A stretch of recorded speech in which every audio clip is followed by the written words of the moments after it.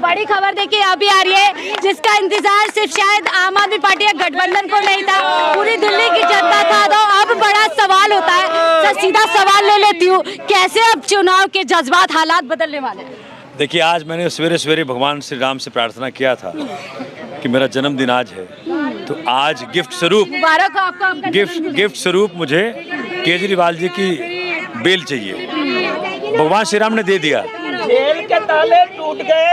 बड़ी खबर देखिए यहाँ से निकल के आ रही है, चर्चा को भी यहीं से आगे बढ़ाऊंगी कि अब कैसे देश की राजनीति, दिल्ली की राजनीति बदलने वाली है। और लगातार देखिए नारेबाजी, जेल खबर निकल करके आ रही है कि अरविंद केजरीवाल, और आज जेल के ताले भी टूट गए, केजरीवाल जी भी छूट गए, जमानत मिल गई है। इस मौके पे आज मैंने लोकसभा के ऊपर एक गीत बनाया है, सब लोग साथ मिलकर के हम गाएंगे। आज सोमनाथ जी का जन्मदिन भी है, इनको जन्मदिन मुबारक हो। और कहते हैं कि सोमनाथ जी जपे अगर कोई नाम आपका तो ज्ञान मिलता है, जगत में कीर्ति यश का उसे वरदान मिलता है, करिश्मा और क्या होगा भला बढ़कर कोई इससे, जन्मदिन आपका है पर हमें सम्मान मिलता है। क्योंकि सम्मान जो मिला है, सम्मान इस तरीके से कि केजरीवाल जी की जमानत के रूप में हमें सम्मान मिला है, वो गिफ्ट मिला है। एक गीत हम सब लोग मिलकर के गाएंगे कि भारत माँ के दुश्मन से मणिपुर का हिसाब मांगेंगे, भारत माँ के दुश्मन से मणिपुर का हिसाब मांगेंगे, दुश्मन के लद्दाख पहुंचने का भी जवाब मांगेंगे, दुश्मन के लद्दाख पहुंचने का भी जवाब मांगेंगे, किसी भी सूरत में हम संविधान बदलने नहीं देंगे, किसी भी सूरत में हम संविधान बदलने नहीं देंगे, बाबा साहब के अरमानों का गला घोटने नहीं देंगे, बाबा साहब के अरमानों का गला घोटने नहीं देंगे। अब के हम सब सोमनाथ को मिलकर विजय बनाएंगे, हम सब सोमनाथ को मिलकर विजय बनाएंगे, तानाशाह की कैद से भारत माँ को मुक्त कराएंगे, तानाशाह की कैद से भारत माँ को मुक्त कराएंगे, वोट चोर और चंदा चोरों को अब सबक सिखाएंगे, वोट चोर और चंदा चोरों को अब सबक सिखाएंगे, चंडीगढ़ जैसी घटना दोहराने से घबराएंगे, चंडीगढ़ जैसी घटना दोहराने से घबराएंगे, आंसू गैस और रबर गोलियां अन्नदाता ने झेली है, आंसू गैस और रबर गोलियां अन्नदाता ने झेली है, इन लोगों ने हर मौके पर खून की होली खेली है, इन लोगों ने हर मौके पर खून की होली खेली है, हर गोली का जवाब देने पोलिंग बूथ पे जाएंगे, हर गोली का जवाब देने पोलिंग बूथ पे जाएंगे, तानाशाह की कैद से भारत माँ को मुक्त कराएंगे, तानाशाह की कैद से भारत माँ को मुक्त कराएंगे, तानाशाह की कैद से भारत माँ को मुक्त कराएंगे, तानाशाह की कैद से भारत माँ को मुक्त कराएंगे। चीर हरण करने वाले मंत्री की पीठ थपाते हैं, चीर हरण करने वाले मंत्री की पीठ थपाते हैं, स्वर्ण पदक वाले सड़कों पर रोज घसीटे जाते हैं, स्वर्ण पदक वाले सड़कों पर रोज घसीटे जाते हैं, पहलवान बहनों की अस्मत कैसी खुलकर तार हुई, पहलवान बहनों की अस्मत कैसी खुलकर तार हुई, विश्व पटल पर साख देश की फिर से शर्मसार हुई, विश्व पटल पर साख देश की फिर से शर्मसार हुई, वही पहलवान अब इनको भी मिलकर धूल चटाएंगे, वही पहलवान अब इनको भी मिलकर धूल चटाएंगे, तानाशाह की कैद से भारत माँ को मुक्त कराएंगे, तानाशाह की कैद से भारत माँ को मुक्त कराएंगे, दिल्ली में अब राजनीति का खेल कबड्डी बन बैठा, दिल्ली में अब राजनीति का खेल कबड्डी बन बैठा, दिल्ली में अब राजनीति का खेल कबड्डी बन बैठा, दिल्ली में अब राजनीति का खेल कबड्डी बन बैठा, केजरीवाल भी बीजेपी के गले की हड्डी बन बैठा, केजरीवाल भी बीजेपी के गले की हड्डी बन बैठा। इस समय देश की राजनीति लगातार गर्माती जा रही है, देश के साथ दिल्ली की राजनीति भी गर्माती जा रही है। चौथे चरण में यहाँ पर जो है 25 मई को चुनाव होना है। इस बीच प्रचार प्रसार जारी है और प्रचार प्रसार में देखिए दिल्ली से लोकसभा सीट के जो उम्मीदवार हैं सोमनाथ भारती, उन्होंने आज अपने जो ऑफिस है उसका उद्घाटन किया है और साथ ही ये दावा कर रहे हैं कि एक बार फिर से यहाँ पर जो है ये जीत कर आ रहे हैं लोकसभा सीट पर। सीधा आज जुड़ लेते हैं कि 4 चरणों के बाद 3 चरणों के बाद क्या तैयारी किस तरीके से चल रहा है सर, और क्या रिस्पॉन्स अब आपको लग रहा है, क्या आपकी लड़ाई अब तेज़ होती जा रही है और आपको कैसा रिस्पॉन्स मिल रहा है? देखिए, ये चुनाव शुद्ध रूपेण जनता लड़ रही है। चूँकि जनता के साथ इस प्रकार से विश्वासघात किया है भारतीय जनता पार्टी ने, जनता इस बार मौका नहीं देना चाहती उनको। क्योंकि अगर इस बार गलती से भी गलती हो गई तो देश के अंदर ऐसा माहौल पैदा हो जाएगा, चुनाव खत्म कर देंगे ये संविधान खत्म कर देंगे, लोकतंत्र खत्म कर देंगे और ये राजा हो जाएंगे। इसलिए जनता समझ गई है कि जो व्यक्ति संविधान खत्म करने की धमकी दे रहा है, आरक्षण खत्म करने की धमकी दे रहा है, बाबा साहब अम्बेडकर के सपनों के भारत को खत्म करने की धमकी दे रहा है, उस व्यक्ति को इस बार हराना होगा, नहीं तो पूरा भारत हार जाएगा।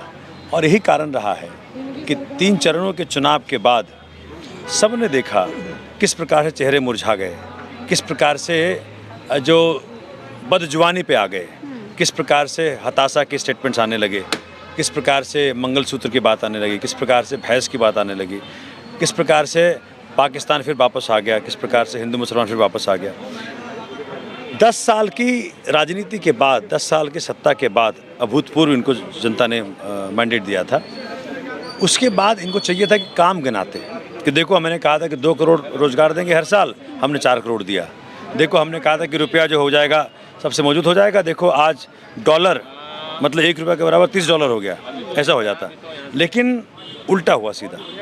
सिलेंडर जो कह रहे थे कि भैया महंगे सिलेंडर को याद रखना जब वोट डालने जाना, तो इस बार जनता याद रखेगी महंगे सिलेंडर को। जनता को याद है किस प्रकार से नौजवानों को नौकरी नहीं मिली, किस प्रकार से महिलाओं की इज्जत के साथ खिलवाड़ किया गया इस देश के अंदर, और प्रधानमंत्री चुप रहे। 3000 सेक्स वीडियो बना करके एक व्यक्ति मतलब वीडियो फिल्म करता है। भारतीय जनता पार्टी के लोग बता रहे हैं कि उन्होंने बताया पार्टी को कि इस प्रकार के व्यक्ति है ये, इसके बावजूद माननीय मोदी जी ने उसके लिए वोट मांगा। लेकिन उसमें तो गठबंधन को घेर रहे हैं ना कि कांग्रेस की सरकार है, कांग्रेस क्यों नहीं एक्शन ले रही है वहाँ पे। देखिए क्या है ना कि इसको कहते हैं कि हमारे यहाँ ना कि एक वो स्टेटमेंट है हिंदी में, थोड़ा सा अच्छा नहीं लगता बोलना, लेकिन ये जो ढीठ हैं, ये ढीठ ढीठ हैं कि भाई इनकी गलतियां जब गिनाओ तो ये आप ही को बताएं कि तुमने गलती की। मतलब किसी भी लिहाज से शर्म नहीं इनको कि भाई कभी शर्मसार भी हो जाओ। उन 3000 महिलाओं के लिए आपके जहन में तनिक भी लगता नहीं कुछ आपको, मतलब कहीं किसी तरह से शर्म नहीं आती है आपको। संदेश खाली पे ऐसे व्यक्ति को साथ उसके लिए वोट मांगा। अभी ब्रिजभूषण शरण सिंह जिसने महिला पहलवान बेटियों के साथ ऐसा कर्म किया, इसके बावजूद आपने उसके बेटी को टिकट दी। आप उसके लिए खूब लड़े कि किसी न किसी प्रकार से इसी को टिकट मिल जाए। आज तक स्टेटमेंट नहीं आया माननीय मोदी जी का उसके खिलाफ। संदेश खाली पे देखें किस प्रकार खेल खेला गया। मतलब थे उस पे आंसू बहाए थे, कहा था पीड़ा होती है संदेश खाली की महिलाओं को देखकर। अब इनको पीड़ा इनसे पूछो कि किस प्रकार से आप। अच्छा ये देखें कि महिला अत्याचार का दूसरा रूप है ये कि आपने महिलाओं से झूठे बयान लिए, पैसे दे करके झूठे बयान लिए। आज वहाँ का सारा काला चिट्ठा बाहर आ गया कि हमें कोक्स किया गया, जबरदस्ती किया गया, हमें कहा गया तुम झूठे बयान दो, हम तुमको ये देंगे वो देंगे।